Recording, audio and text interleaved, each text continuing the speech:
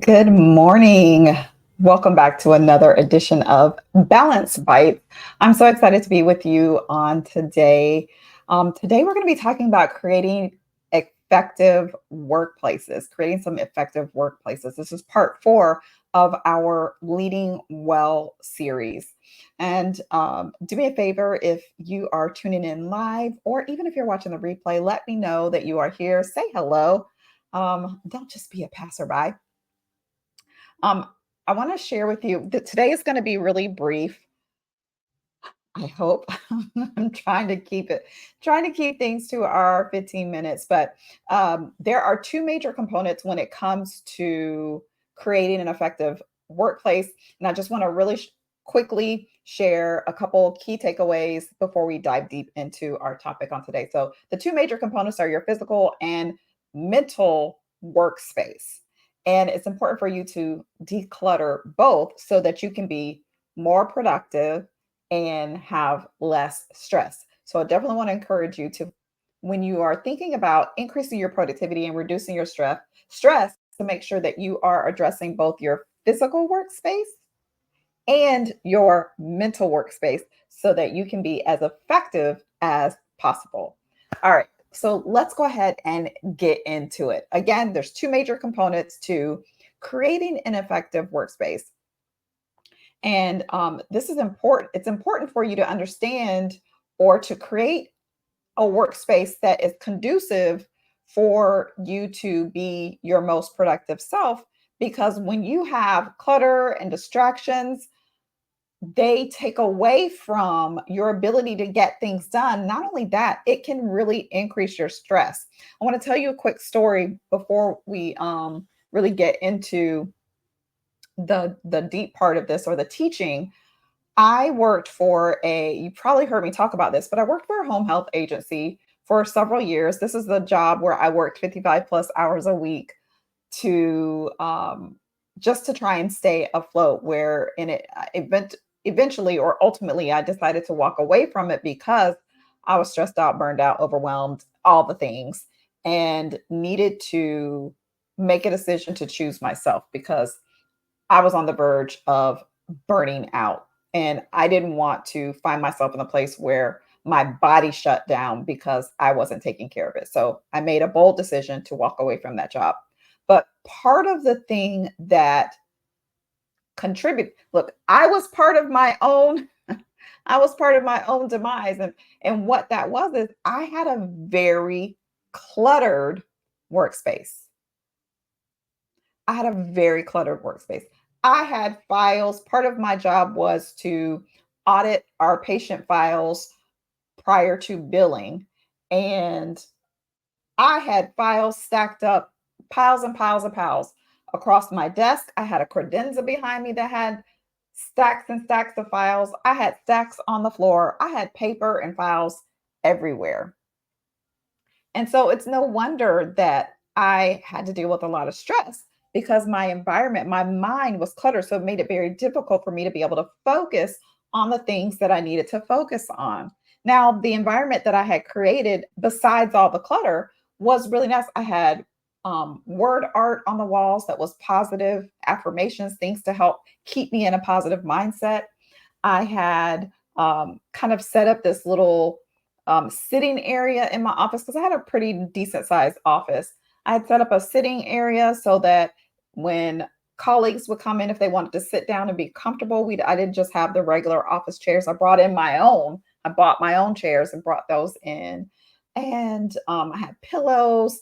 It was just a really nice, warm, and cozy place. Not only that, I had live plants, right? So I had done my part to create a great space, but what I didn't do was keep my space organized and in a way and decluttered so that I could have both mental clarity, excuse me, and that physical organization to keep the stress levels at bay.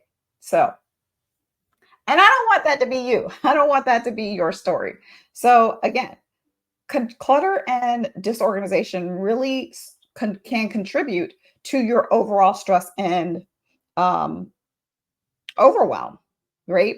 However, having an organized space provides clarity, increases your productivity, and not only that, it can create a relaxing space for you.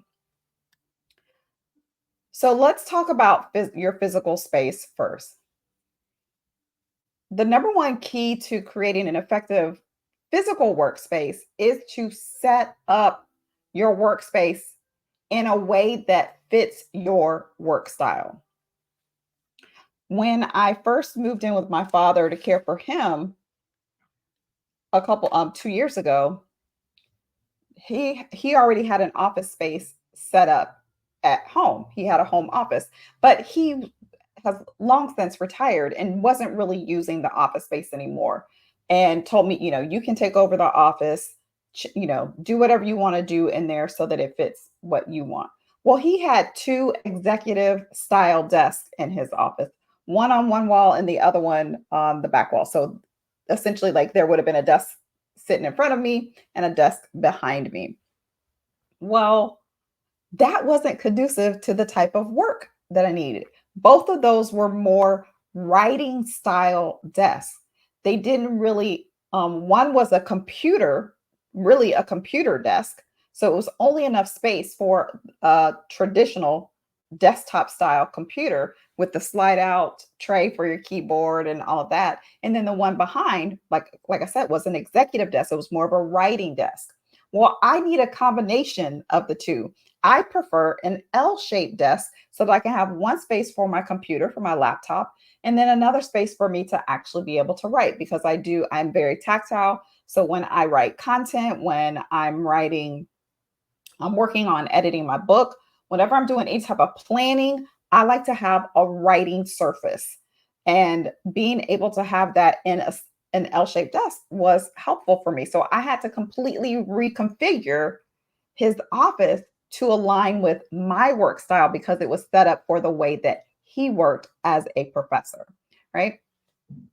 You also want to set up your workspace to promote creativity, right? I shared with you how my office, when I was at the when I worked for the home health agency, how I had word art, words that were encouraging and affirming.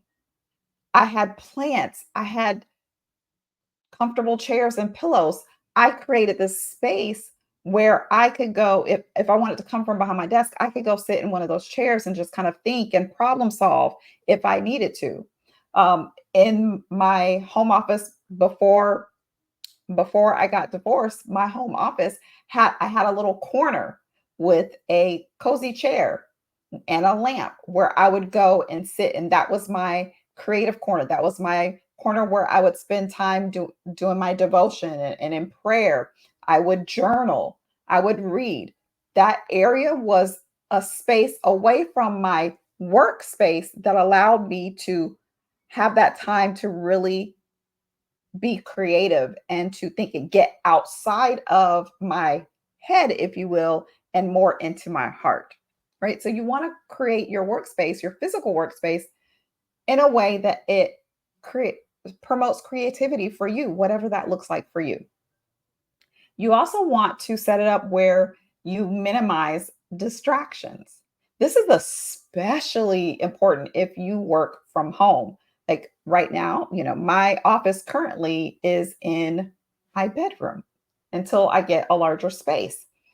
And one of the things that I do to help me to stay focused on work is when I get up in the morning, I make my bed, because if the bed is unmade, it is going to be calling my name, right? That's going to be a huge distraction for me. Also, decluttering, right? We already talked about decluttering both your physical and mental space, but it's important here as well. When you have a lot of clutter in your workspace, it serves as a distraction. It calls your attention. It's like almost like it's screaming at you, do something with me, do something with me, right? So minimize distractions. That also might look like having some sort of barrier or having headphones noise canceling headphones so that you can block out the sounds of colleagues or coworkers, especially if you are in a open workspace as opposed to a closed office. Now, when it comes to creating an effective mental workspace, there's three main things that I want to encourage you to do. Number one, you could probably guess it, is to do self-care, right? You need to have some self-care practices to help you to de-stress, to help you to keep overwhelm and stress at bay. Whatever that is for you, those things that fulfill you, that light your soul on fire, that bring you joy and allow you to relax and decompress, those are the things that you need to create mental space for so that you're able to be your most productive self. I also want to encourage you from a decluttering standpoint, you can do brain dumps. When you've got a ton going on in your mind and you're having a difficult time focusing on the task at hand because you keep thinking, "Oh, I need to do this. I need to do that. I need to do this. I need to do that." It helps to get out a sheet of paper. I encourage you to have a blank sheet of paper rather than a lined piece of paper, but whatever you have is fine. Pull out a piece of paper and just do a brain dump of all the things that you need to get done, whatever, even if it's just something that's just on your mind, because what I always say, on paper, off the mind. You you have the paper serves as a placeholder for you. You no longer have to hold on to it because you have given it voice, you've given it attention, and you know that you have a place that you can refer back to for all the things that you need to accomplish. And then finally, create a sacred space for the things that will help you to relax and create mental clarity. So, as it relates to sacred spaces, you want to create spaces that are tailored to whatever that self care practice is. So, for example, if your primary self care practice is meditation, you want to set up a space that is comfort based, right? You're not going to be able to meditate and focus your mind if you are uncomfortable. If you're if you're in a place where it's like, oh, I can't, my back hurts or the floor is too hard or whatever the case may be, that's going to be difficult. So you want to make sure that you have comfy pillows or blankets or things that are going to make you feel comfortable in the space. For physical activity, you want to make sure that you have space to do whatever that physical activity is, whether it's yoga or some simple weightlifting, whatever. Have your yoga mat present in that space. Have the, what are they called? Dumbbells, have your hand weights in your space. Have a specific place for those so that you have what you need for the physical activity. And then as it relates to reflection and creativity, in that space, you want to have things like your journal, writing, and maybe even art supplies. You want to have things that's going to help to facilitate reflection and creativity. So, whatever that is for you, have those things readily available in that space where you don't have to go and search for them, where you're making a struggle. Have a designated space for those so that when you get ready to do that activity, you have everything that you need. So, just a quick recap, we talked about the two major components of creating an effective workspace or an effective workspace, which are your physical space and your mental space. We talked about decluttering both our physical and mental spaces. And then we went through some tips and strategies for how you can set up your physical space to be your most productive and effective self, as well as your mental space. And then we closed out with talking about creating some sacred spaces for you to practice your self care. If this has been helpful for you and you are recognizing that you are in a place where, hey, Trasetta, you know what? I'm feeling a little imbalanced, right? I'm not feeling my most productive. I feel distracted regularly. I feel stressed out regularly. I might even be on the verge of burnout. I want to have a conversation with you to help you move from stress and overwhelm to what I call balanced bliss.